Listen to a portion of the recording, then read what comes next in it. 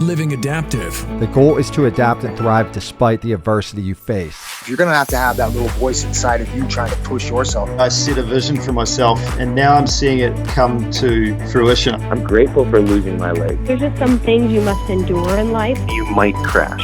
You might fail.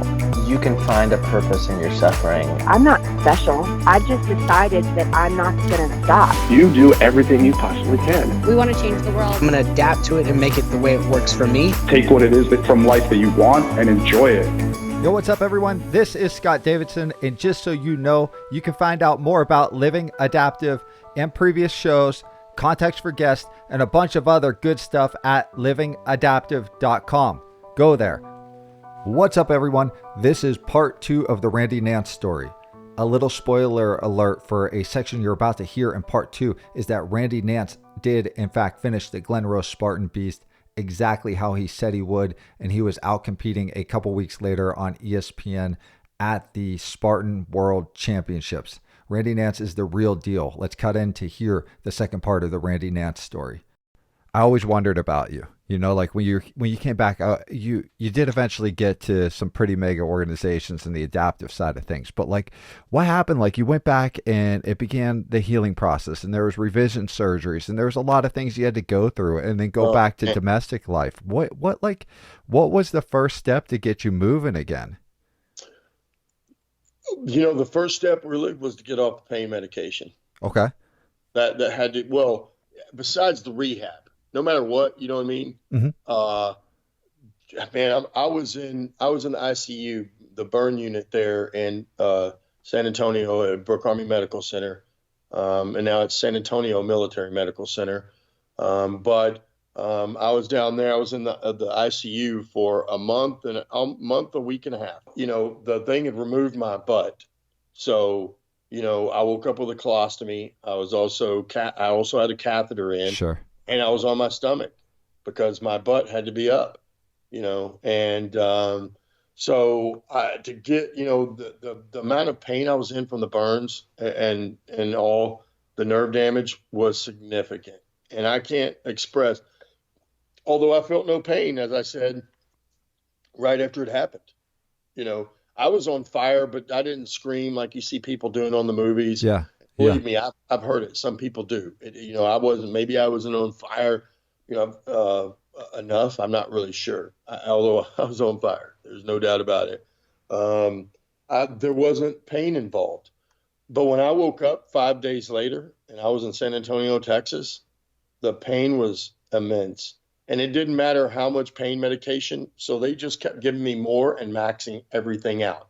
The Dilaudid, the fentanyl, the Lyrica, even Percocet, you name it. And then methadone. They had me on 40 milligrams 3 times a day of methadone. Jeez. Now think about that for a second. You know, it had to have been at least a couple weeks that I'd been in the ICU, that they came in and said something to the fact, okay, sorry, Nance, here's your methadone. I flipped out. Because I worked on an ambulance. I know where the methadone clinic is. I know what that is.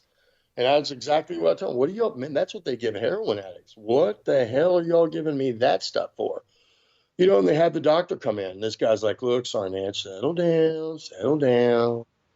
You know, all these other ones we're giving you are, you know, they're fast acting, but they're also short-lived. They don't last as long. The methadone is your all-day pain reliever. And then it streamlines all those other ones so that they work better. And I still remember thinking to myself, man, but I'm still in a lot of pain. I'm certain that it helped some level. If they hadn't given me anything, it probably would have been worse.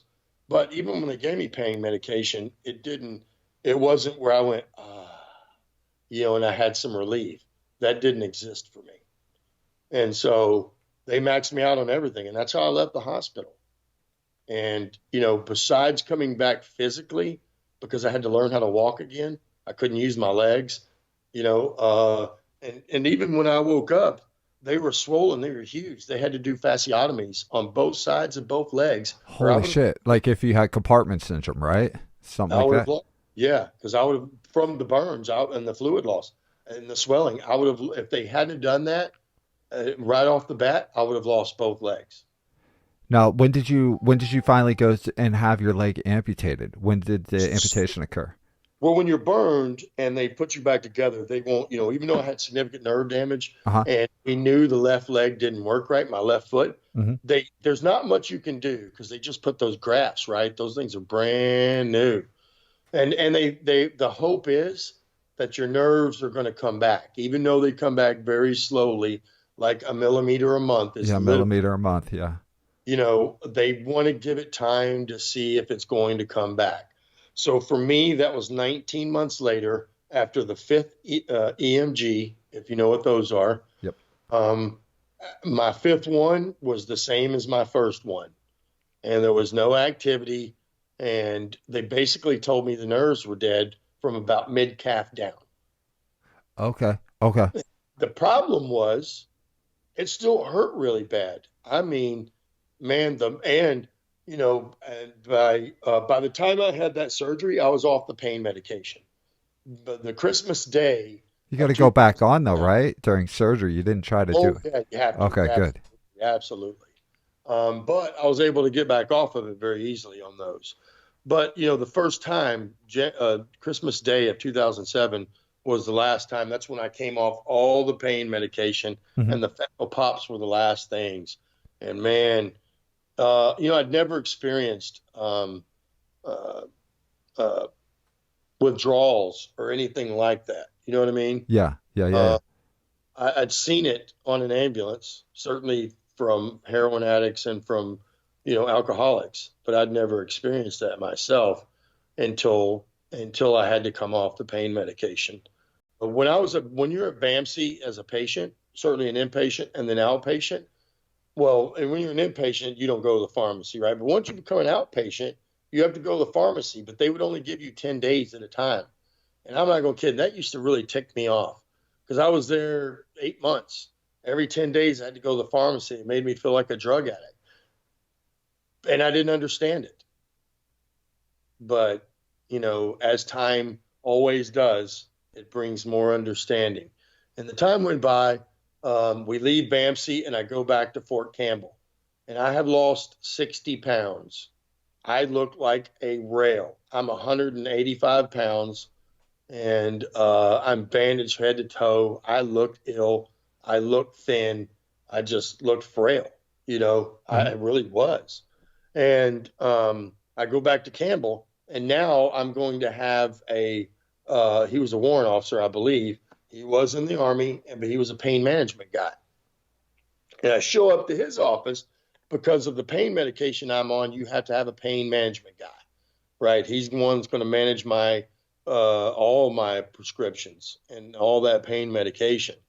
And so I get there and he's, this guy's been waiting for me to go. He said, I've been seeing all these emails coming back and forth. I was wondering when you were going to make it here. Man, are you still on all this stuff? And I was like, yeah. And the look he had in his face when he looked at me, because I think it was a list of 13 or 15 different medications. 4 or 5 of those were the pain medications, including that 40 milligrams of methadone 3 times a day. I should have been drooling on myself, probably was. And so he looks at my prescriptions and he says, are you still taking this Dilaudid? Because I still had, so they had me on the fentanyl pops, right, from BAMC. And the pain management guy there before I left brought me in. They were giving me 400 microgram ones. And he asked me about them and says, what do you think about those? I said, they're worthless. They don't do any good. They don't help. They don't even help my pain at all. And so he says, well, we do have 800s. And I'm like, well, I'll try them. And so they gave me some of those and there definitely was a difference. And that was right at the end of my stay there at BAMC. So then I go to Campbell. This guy says, are you still taking this Dilaudid? And I was still prescribed 4 milligrams, 2 or 4 milligrams of Dilaudid, 2 or 3 times a day or as needed. And I would say, yeah, I'm still taking 1 or 2 of those a day, plus the methadone, plus the fentanyl pops, and all the other medications that weren't pain medication that came along with this thing.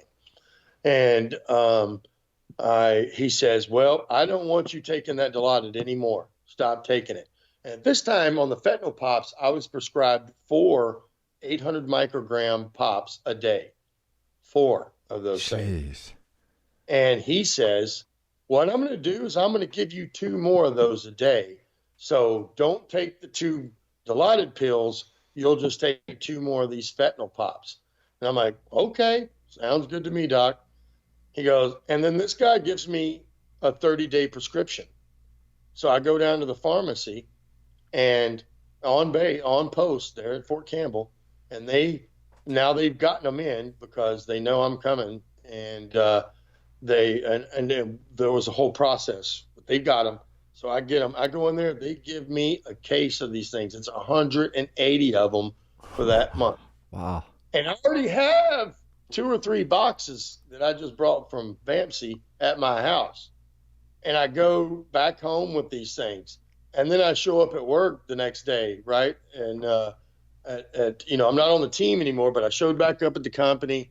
And I didn't understand. This is another one of those things. I didn't understand it at the time, and I do now. They took one look at me, and they're like, man, hey, Randy, you don't have to come to work every day. I have to tell you, Scott, that's when I knew that I was fucked. Yeah. When you're in the military, period, and then you're an 18 series guy at group, and you show up and they tell you don't have to come to work every day, well, that's just not right. That's not normal. It doesn't happen. So that's when I knew. And they were like, man, just go hang at the house, go to your physical therapy appointments every day, because I was supposed to be getting them every day. That's not what ended up happening. And so I, now I'm sitting at the house with these pops. It was the worst thing that ever happened to me. Because you have. I didn't realize, and it's probably a couple weeks into it. Now I'm doing them nonstop. I'm doing more than 6 a day. And my wife, who's now back at work, the kids are in school, and she's having to run the household now with this, I don't know what you could call myself at that time. You know what I mean? It was definitely cloudy. It was definitely cloudy. And, although I thought I knew what I was doing, I really didn't. And so she says, look, this stuff is messing you up. I'm like, look, these things don't even affect me. And she's like, oh, yes, they do. Yeah, you don't realize it. She does. I didn't realize it, but she saw it. And I'm like, no, you're not. No, it's not true. She says, no, Randy. Even in the morning, the first one you put in, 30 seconds later, you've changed. And I'm like, no way. So I looked it up online. I Google it. And unfortunately, this was the very first time I'd done that. And I was like, then I read it's like, 1,000 times stronger than morphine. I'm like, whoa. And so literally, I'd got to the point now, I guess it was like Coke. You know what I mean? You do a little line of Coke, next thing you know, 5 minutes later, you think you need some more. It's just the way that stuff works. Well, these pops are the same way. So literally before the month's up, now I know I've went in the Sergeant Major, they're going to now PCS me to Tampa, Florida, to MacDill Air Force Base to go to SOCOM, the Special Operations Command, and work in the CARE Coalition, which is the patient advocacy part of SOCOM. And so I knew this was going down. They put the stuff in, and I run out of the pops. I told you how many I had, plus the 2 or 3 additional boxes. I went through every one of those. And now I was in trouble because I was having withdrawals. I didn't have any. I had methadone and everything else, and that helped. But it was, So I called the pain management guy's office, right? And I talked to his secretary, and I'm like, look, I need to come see him early, and this is why. I don't tell him I run out. I'm an addict at this point, right? And I don't tell them I'm out. I tell them, look, they're going to PCS me. They've already signed the orders, so I am leaving. And they're sending me to an Air Force base that, is going to be like the pharmacy here.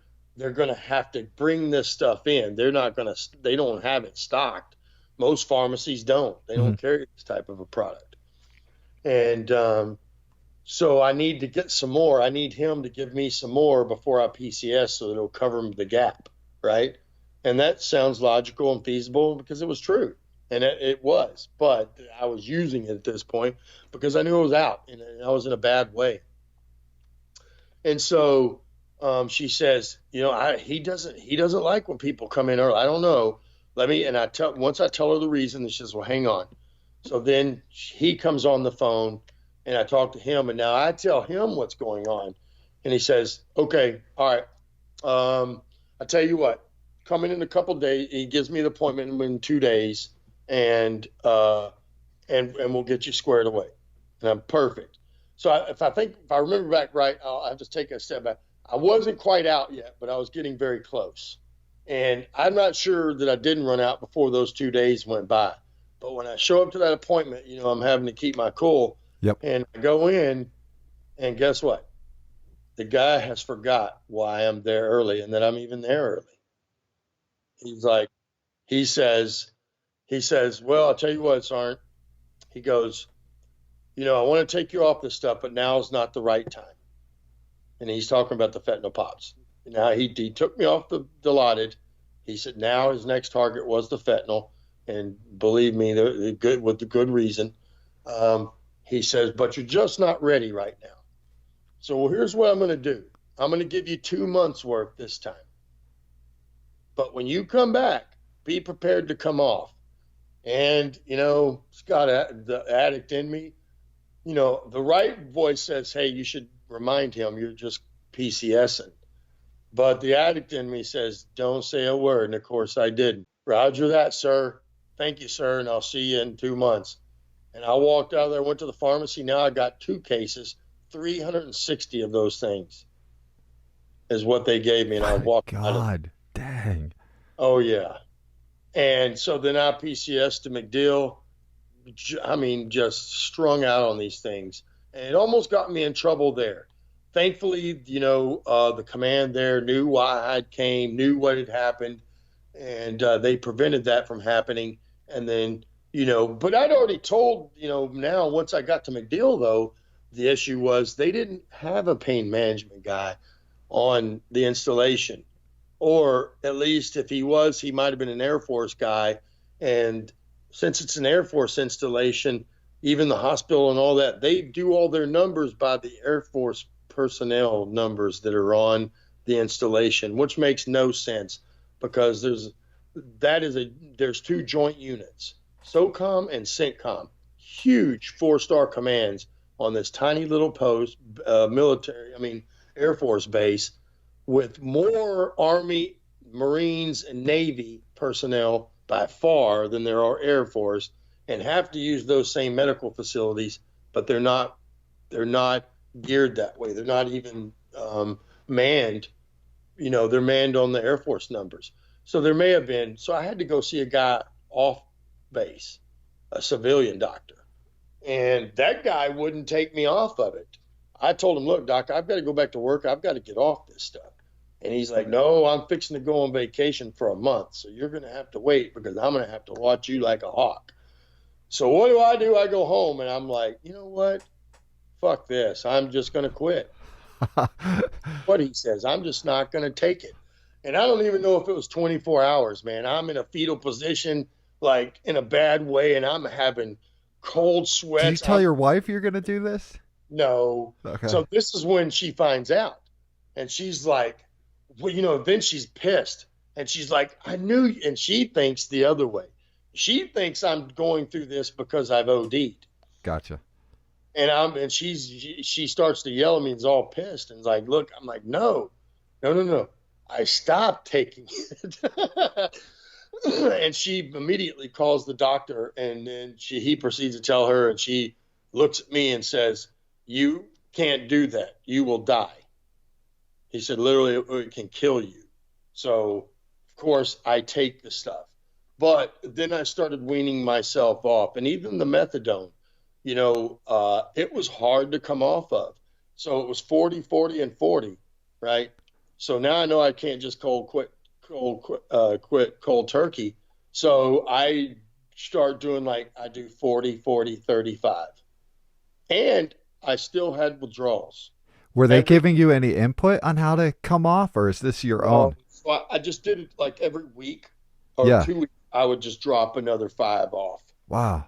And all the way down, I had withdrawals all the way to even that last 0.5. Now they got less and less, and that 0.5, I just felt a little weird and a little giddy.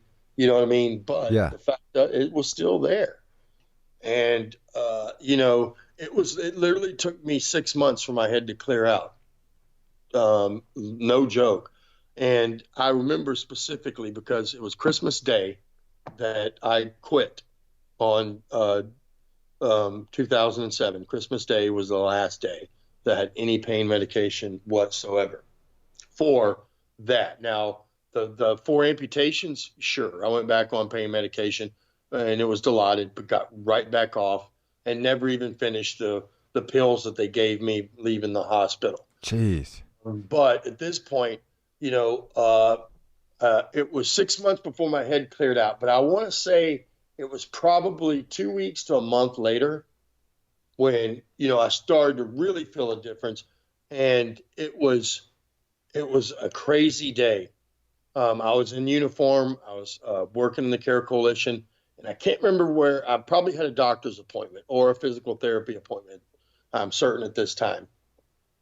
And I'm coming back on the installation to go to work, and I hear Tim McGraw's song, which is what I can't remember the title, but you know which one. It's the one about the soldier. And so, man, I start crying like a freaking baby. I'm not kidding. And just crying, and I don't even know why. I mean, and I couldn't stop. And then so I get to work, and I'm just a mess. And I'm like, now I got to go in front of everybody. How am I going to do this? And so I put on my sunglasses, and I wear them all the way through the building into my boss's office, which at this point is a female. And thank goodness, right? Yeah. And so Yeah. and I just unload. I take my glasses. I'm still like a blubbering idiot. I don't know what's going on. And but I can't stop crying. And she said, look, you probably should go home for the day. And what it was is literally, since I had that amount of pain medication in me for that long, you think what, like I said, you think what's going on and you feel things, but apparently I was snowed under. I hadn't felt a thing, not a thing, that entire year. And now all of a sudden, now that I was off the pain medication just long enough, my head was starting to clear out. All those emotions from the event and everything through all the surgeries, the pain, everything came crashing down upon me, and just all in one moment. Boom. And I literally cried for like 5 hours that day. I'm not kidding. I went home, and it was, I guess it was one of those moments, I already had a wife, and now from watching her with our kids and maintaining the home, you start to get appreciation for women that you didn't have before, and then certainly the way she took care of me through our care, through all my injury, I had a newfound respect for women. But then now that was an emotional wreck, I kind of understood, even though I thought, for a moment, I understood almost what it felt like to be a woman for a second. First, rightfully so, you were on pain management for a lengthy period of time because, come on, man, you really got blown up. You caught on fire. I mean, it was all of the above.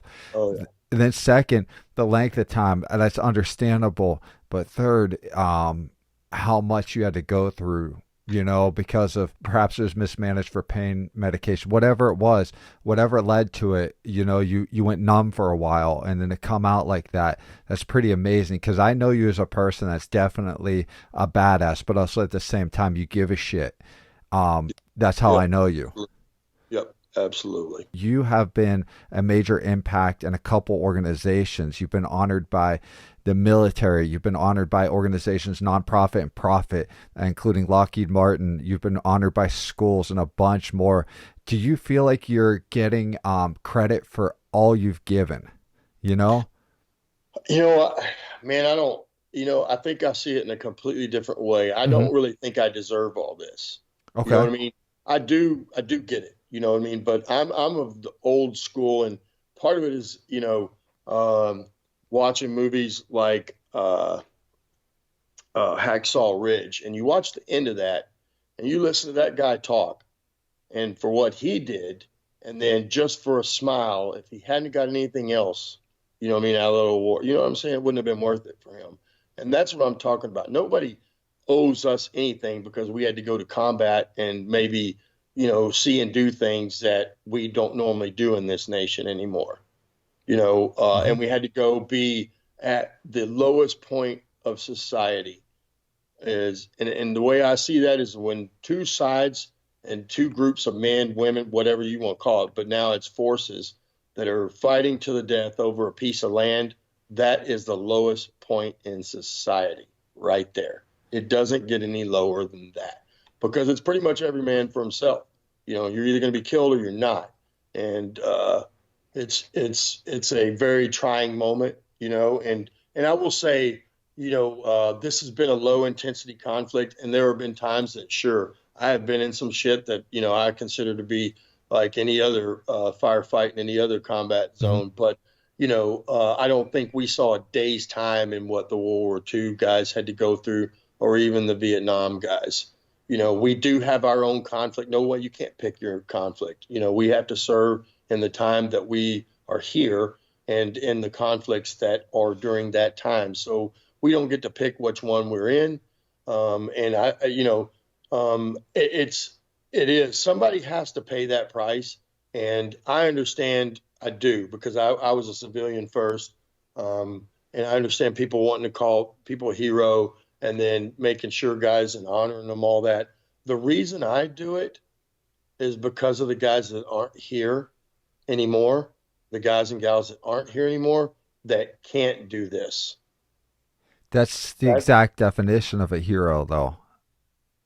Well, that may be. It's not for me to say, though. That's for others to say. And, when it comes down to it, Scott, and I have, believe me, I was blessed. I got, I served during a pretty good time.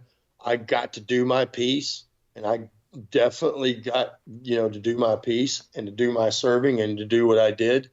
And, but every guy I know, certainly every special operations guy and every Ranger has now, done way more than I have and way more time, because I got injured in 06. You think of how much more time went by after that. And I get it. I did, I did a good thing. But it's hard for me, and I'll never just sit here and say that I'm a hero. You know what I mean? That's your nature. What did you do with the Green Beret Foundation after you came back? So my first 4 years out of the military, they hired me right off the bat, and I was the director of programs and services. And if you go on their website, well, I haven't been, I'll be honest, since they have a new director in the last month or two to see. But last time I was on there, their programs are exactly still as I wrote them. I'm the one that came, they already had certain ones, but we wanted to expand. That's what I did. I went in, and when I first got to the Green Beret Foundation, it was brand new. They only had 2 employees. I was like the third, and they didn't have a Green Beret, and they didn't have a relationship with any of the groups out there. None of the, and so what was one of the biggest things I did for the organization is I went out to all the groups, all the separate ones, including the 2 National Guard. You have 5 active duty groups and 2 National Guard. I went out and visited all those commands, and I looked all those commanders and sergeant majors in the eye and told them, what we could do for them and that we were there to help. And if certainly we weren't there, to raise some kind of pity party, because that's just not how that culture operates. I said, but we know there's gaps. You know what I mean? We know there's plenty of areas that we could help out. And we had and they have a great relationship with all the groups now. And it's, it's a precarious one because you're a nonprofit and there's that government entity and nonprofit thing. So they can't really endorse us, but, you do go in and build relationships with them so that, they trust you and that they will allow you to service the people that fall under your needs that are going to need that and have a credible reason for accessing those benefits. In the non-government sector, I mean, you're involved in organizations like you've been with No Barriers, you've been with ATF, Adaptive Training Foundation. How'd you even link up with that? I mean, frankly, you were a military guy that was kicking ass inside that organization and helping those that were transitioning and helping build up the organization like the Green Beret Foundation and so forth. But how did you link up finally with these outside organizations? Well, when I moved back to Dallas, while I was working for the Green Beret Foundation, I moved from Tampa back to the Dallas-Fort Worth area, and where I consider to be home. Sure. And probably a year after that, I mean, I hadn't been here long.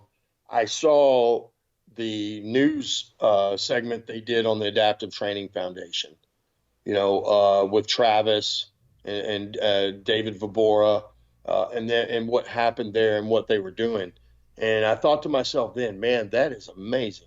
That is exactly what we need. And I'd love to be able to do that.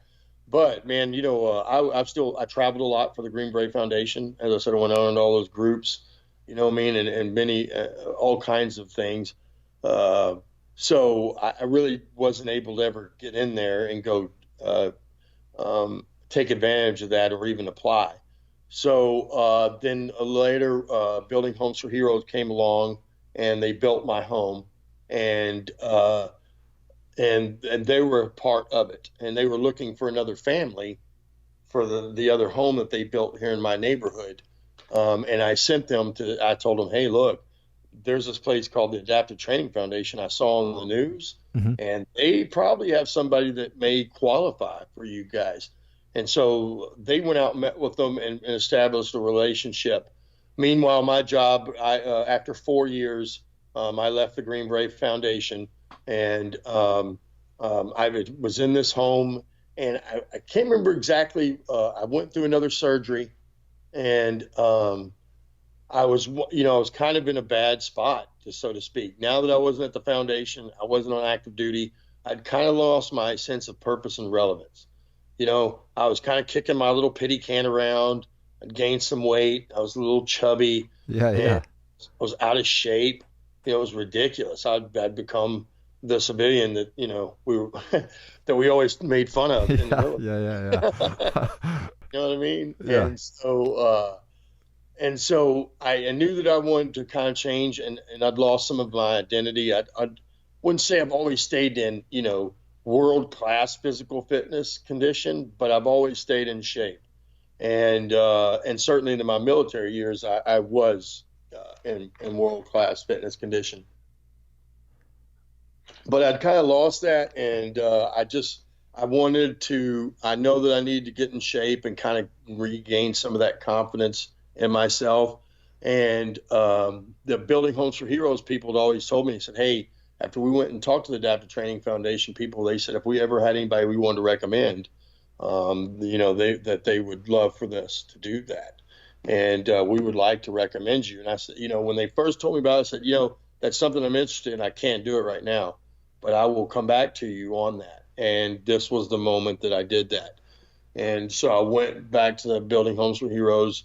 The local rep brought me and her went over to the gym back before it was in this new facility that's in now, and met with them, filled out the application, visited a couple of times, and then I got accepted into class 12. And literally when I showed up to class 12, it was after my surgery that I had a full thickness graft put down at the bottom of my leg because I still had a hole in it. After, the 4 amputations I had, the initial one was the initial amputation. Sure. I had some bone infection, but the main reason was because the grafts are so thin, it's really the sweat and the moisture. And I watched it, even the last, the first 2 revisions I had, the first revision I had was doomed to fail because it dehisced right away before they even pulled the bandage off. And that means it opened up. Where they sutured it closed, it opened up and it was a hole. That thing stayed there after the initial surgery, and then for 90 days. Then we went into the first revision. They took 2 more inches off. We start over. And literally, since I hadn't been in a prosthetic at all, it was very tender. It took a long time, a lot of damage. It created another hole. And I got a bone infection. They took some more off. I had a third revision. And they do the surgery. And I had problems with it right away. And that was February of 2010. So I got to go through Snowmageddon there in D.C. It was pretty incredible. Yeah, I was there for that. Yeah. And so 8 months later, I had the fourth one, and it was my last revision. And when I was at the doctor that I got into in Tampa, when they did the x-rays, they looked at it, and the guy that done the third revision hadn't beveled off or smoothed off the edges of the bone after he cut it. Oh, man. And it just went right through my tissue. God. So then I had to have a fourth one. But the hole had already come back too. And so the fourth one, the guy did a remarkable job. I mean, it was amazing. And it healed the best and everything. But I sat and watched over the next 6 months as I got in a prosthetic and started using it. I watched the sweat and the moisture break that spot down, and eventually it just opened back up and I had a hole. So in October 2017, I went to BAMC. They took out a part of my groin, a full thickness graft, stuck it down over the hole, and put a bolus on it, which put pressure to it, so it kept it from failing. The thing took, and now I can be a normal amputee, which has led me to meeting you on that mountain. Yeah, you're not just a normal amputee though. You're not. I watch you sit. All right, there's one thing that really sticks out in my memory. Well, there's a lot, but this one really sticks out. Is so you're on the edge of some switchbacks, and it's pretty steep, and you're like making sure this wheelchair, which is made for for some pretty rigorous terrain, and it's off road at this point, and you're like ensuring that it doesn't fall, and you're doing it with one leg and then a prosthetic leg, and you're ensuring that your buddy Chris Wolf is going to survive. He's not going to go down that hill, man. Yeah, because we're not going over the ledge there. Yeah, but you just did it. You just got it done, and it was pretty wild to me because there's a lot of people walking past us, running past us that were competing because we were in that group on the Beast or the Super, and that Super has a lot of athletic people, and they're going by, and you're high-fiving them. You're like doing crowd control while you're on the edge of a hill. I'm like, Jesus, this is like crazy. This is. You didn't care though. I don't know. Maybe you cared. I don't know. But like, you just got it done, and you have this get it done attitude. It was pretty badass. So when you got with ATF, you're class 12, and that was my first class. Yep.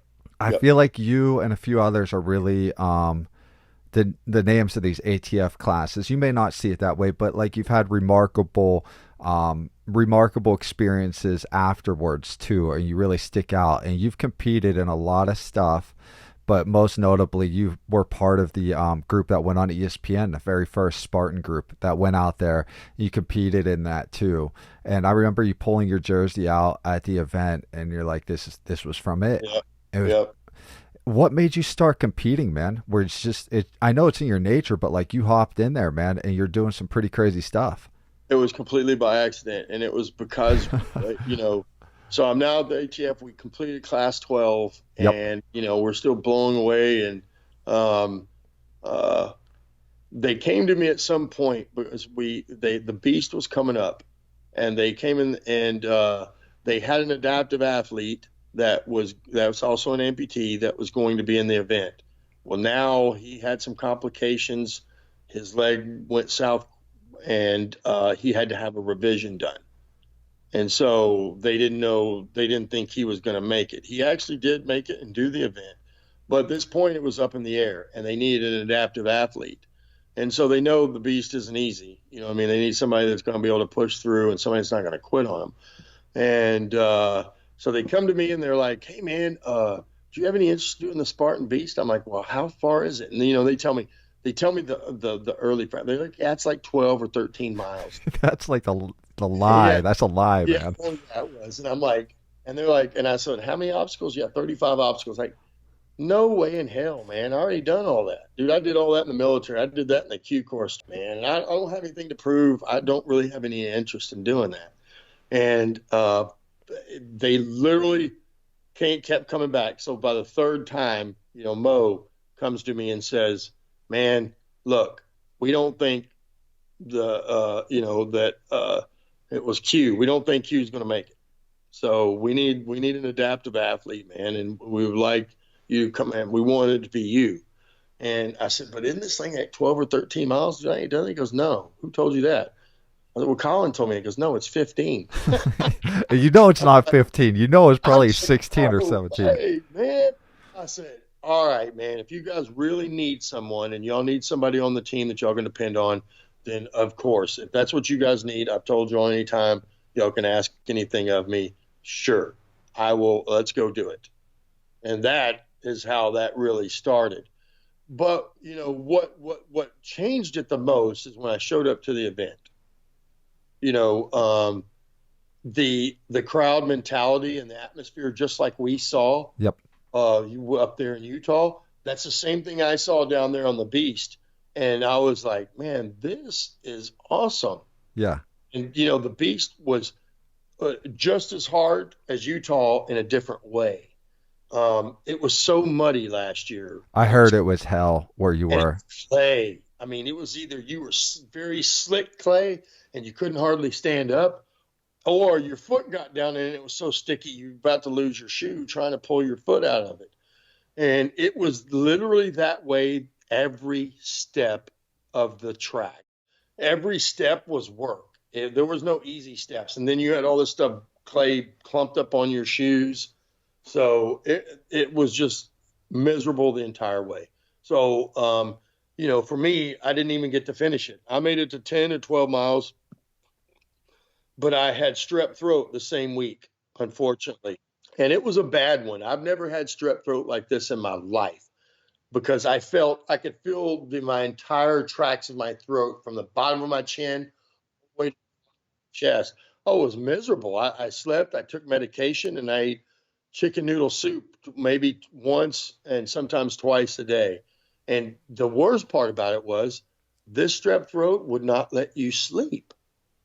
I woke up more than every hour on the hour. I'm not kidding, Scott. I got it on a Wednesday night or Thursday. I go home because Thursday I show up to ATF where I can't remember if we were doing a class. I think we were.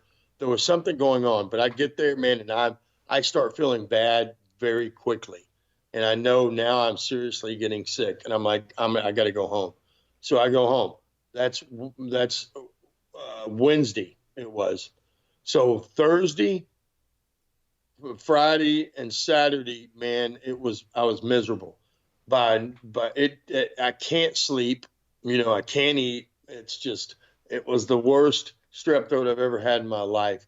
So by the time it got to Wednesday of the week of the event, now I've had it for basically a week.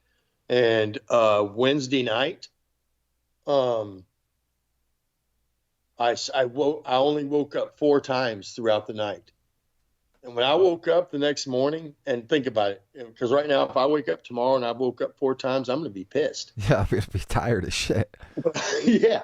But this morning, I was so happy that I only woke up 4 times, I couldn't believe it. So then Thursday night, I sleep all night. I go to bed at 11. I don't wake up till like 6 in the morning. I'm like, oh my God, that was glorious. And then, and then Friday night, we went and slept out at the state park. And then Saturday morning. And so literally I ran out of energy, juice, and everything I had at about mile 10. Why did you go out, man? That's dangerous. Because, for one, I've been through the military, and then I'm the guy that I am. I've been to many team events. And one thing I've always made fun of people of doing myself and everybody else I know, somebody that calls in that last week, oh, I got sick. Nobody believes that. Yeah. That shit. They think you're wimping out. So I knew there was no way I was going to pull out because then people would think that. And so I'm going to show up regardless. And I really wish I had finished the event. I still had the little orange thing from it, the little orange, their little tracking device they put on you. Yep. I've been looking at that thing all year long. And I'm going to bring it back with me and give it back to them at this year's event. That's so the shit you would do. You would definitely let it haunt you. You would let this thing haunt you. Yeah. You've proved it already at the highest levels and firefights too. Like the real deal shit. You know what I mean? Like what Spartan people kind of want to emulate, like what you went through when you were, going through basic training all the way through going through the whole thing, And like you're letting this one haunt you, which I think is great in some ways, like sadistically great. And I know you guys are going out there, at the end of October with a huge group with OEW, Operation Enduring Warrior, and you and Chris Wolf, your posse, your home team, ATF is going to kick some ass out there and finish this thing, right? Yeah, me and Chris are going to trifecta. That will be our trifecta for this year. It's amazing. Yep. And it is going to be amazing. It's going to be a great event.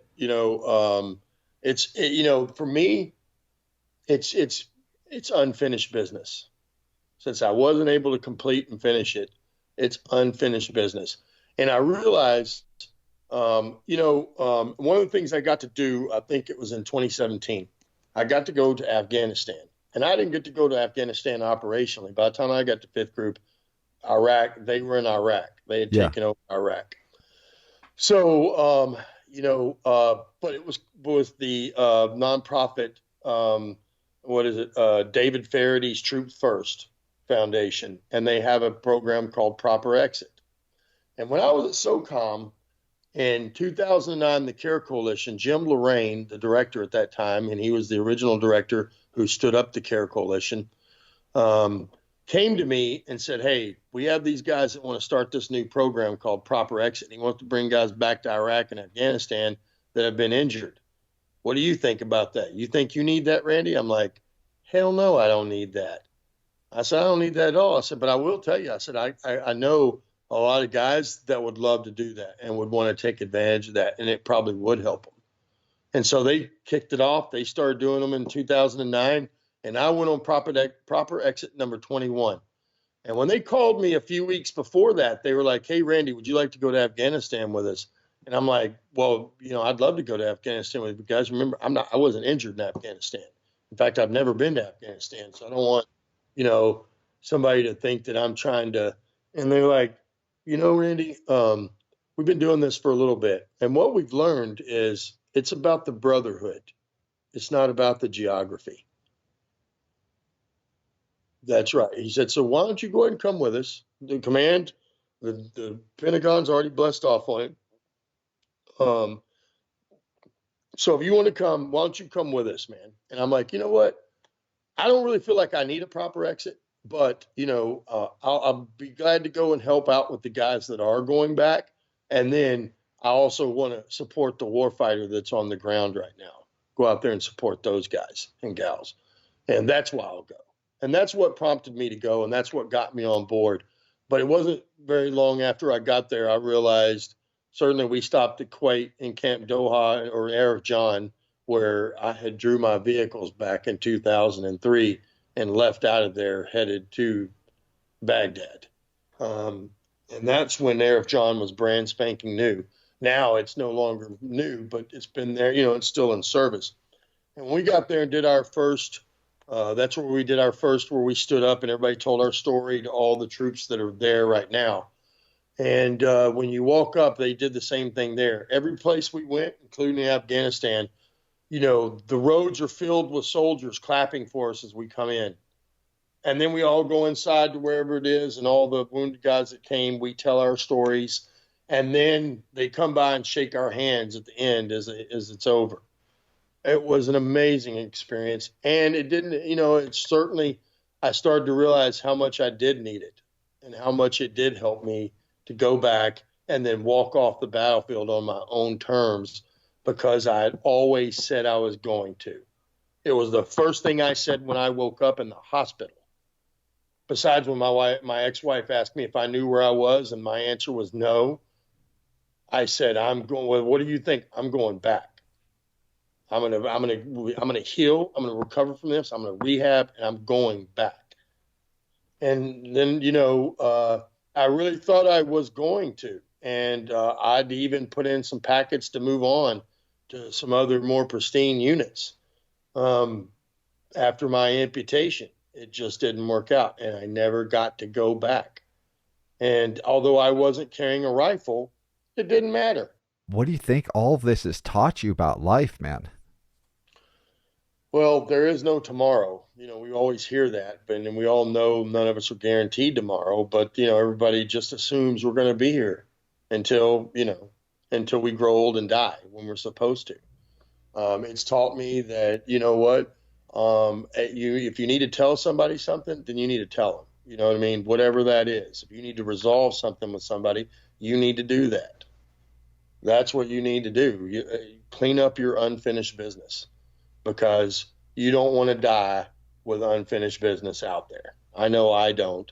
You know what I mean? It taught me, the most significant thing it taught me was after my injuries and I ended up at SOCOM, I was like a civilian job.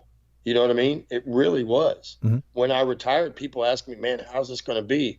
I'm like, dude, I didn't know it, but I retired when I left group, because I came to SOCOM. You don't deploy. I'm not training every day. I don't go into the field and train.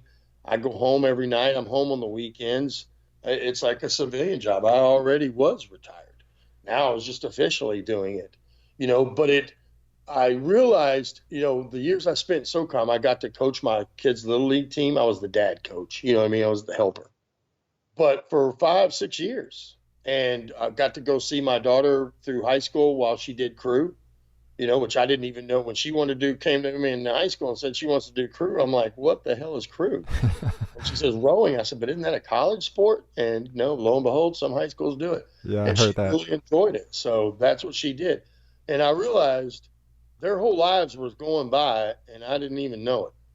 Now, I was doing important stuff, and I do get that. But you just don't realize it. And had the injury not happened, I probably wouldn't have the relationship and the connection I have now with both my children. And that's what it leaves me with the most. You know what I mean? Yeah. Take care of your family. If you have kids, don't leave any unfinished business.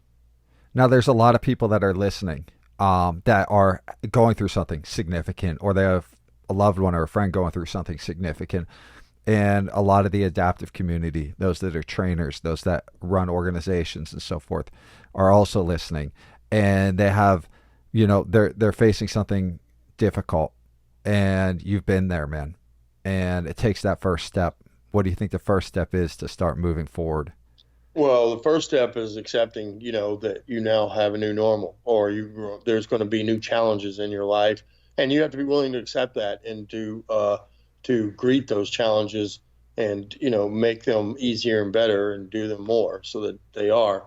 It's the same old adage. You take one step at a time. Whatever that step is for each person in each individual case may be a little different. But the fact of the matter is, it's one of those, it's like the song says, the days are long and the years are fast. And that's the truth. So when you're in the middle of your recovery or in the beginning of it or wherever you find yourself, it's just like working out. You hit plateaus. There were plenty of times in my recovery, I'm like, I don't necessarily think I was wasting my time, but it just felt like I wasn't getting anywhere. You know what I mean? Because you're trying to look at yourself each day and right there in that moment, and you're not moving ahead very far. But you keep doing your physical therapy. You keep doing whatever it is you're supposed to do that's going to help you get past this one day at a time and each step. And it's months later, it's next year, when you look back, that's when you see the difference. And then you've actually gotten somewhere. How do you handle setbacks? You've had revisions. You discussed you had 4 revisions. Like, if you could summarize, also, you've had changes in relationship. You've discussed that too. I mean, a lot of things have changed. How do you get through setbacks? You just have to realize setbacks are going to happen. They're a part of life. We can't ever change that.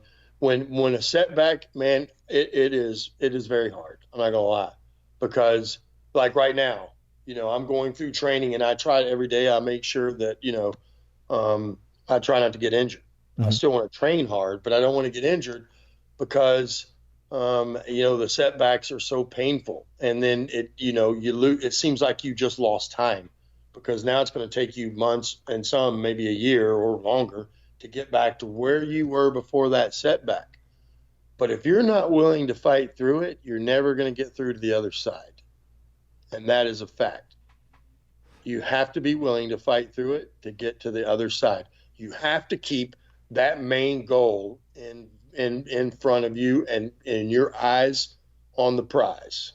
What's your main goal going forward? You've hit so many. What's your newest goal? Right now, I really just want to, I want us to win this world event at the world event in the pair event with Spartan. Next year, I want to do an even harder trifecta than I did this year. And my main goal is to not only show my kids, but to show the rest of the adaptive community and the other folks that everybody basically just because something happens to you doesn't mean that's the end of life. Doesn't mean that now you're never going to be able to do anything. No, that just means you're going to have to work harder to do it. And I want to show that with the right environment, like the Adaptive Training Foundation, that's all I have in this park here to run at my house, but that's all I need. And I want to be if I can get one more person off the couch or inspire one person to realize that things aren't as difficult or as bad as they think they are, they just have to start working through it. That is what my goal is. And I want to show the world what we can do with the Adaptive Training Foundation, again, with the right environment, with the right attitude, and and just go out and get it done. I agree with you completely. Where you're going, what you plan to do, and the impacts that you believe it will have. And I totally believe that's possible. And I've seen it happen already on the scale you're talking about, especially coming out of your group, ATF, Adaptive Training Foundation, and especially coming out of you, because it's paid off in my life watching you do the things you do too. And it motivates me to get out there and train and compete and do those things that you're doing to an extent.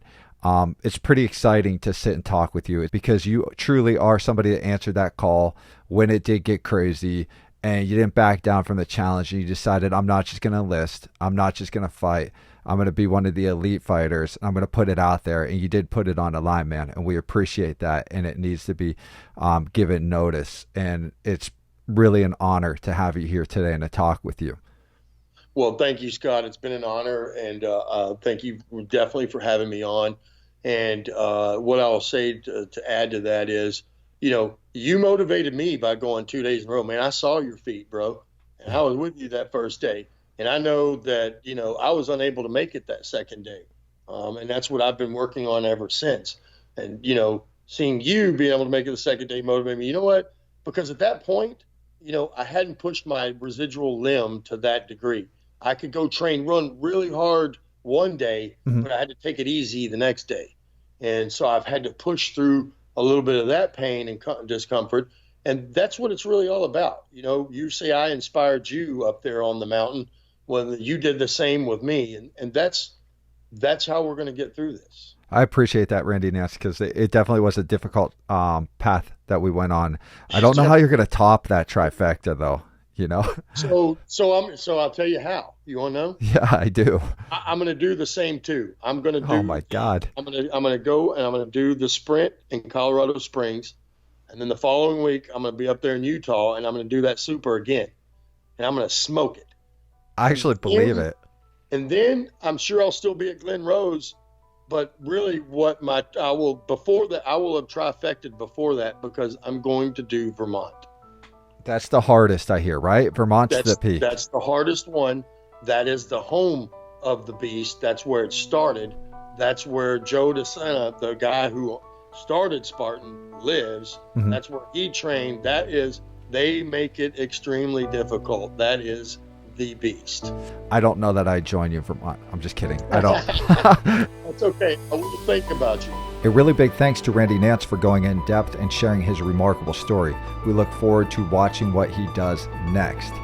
Remember, go to livingadaptive.com to find previous episodes, show notes, contacts for guests like this guest, links to social media accounts, and a bunch of other good stuff. So go there.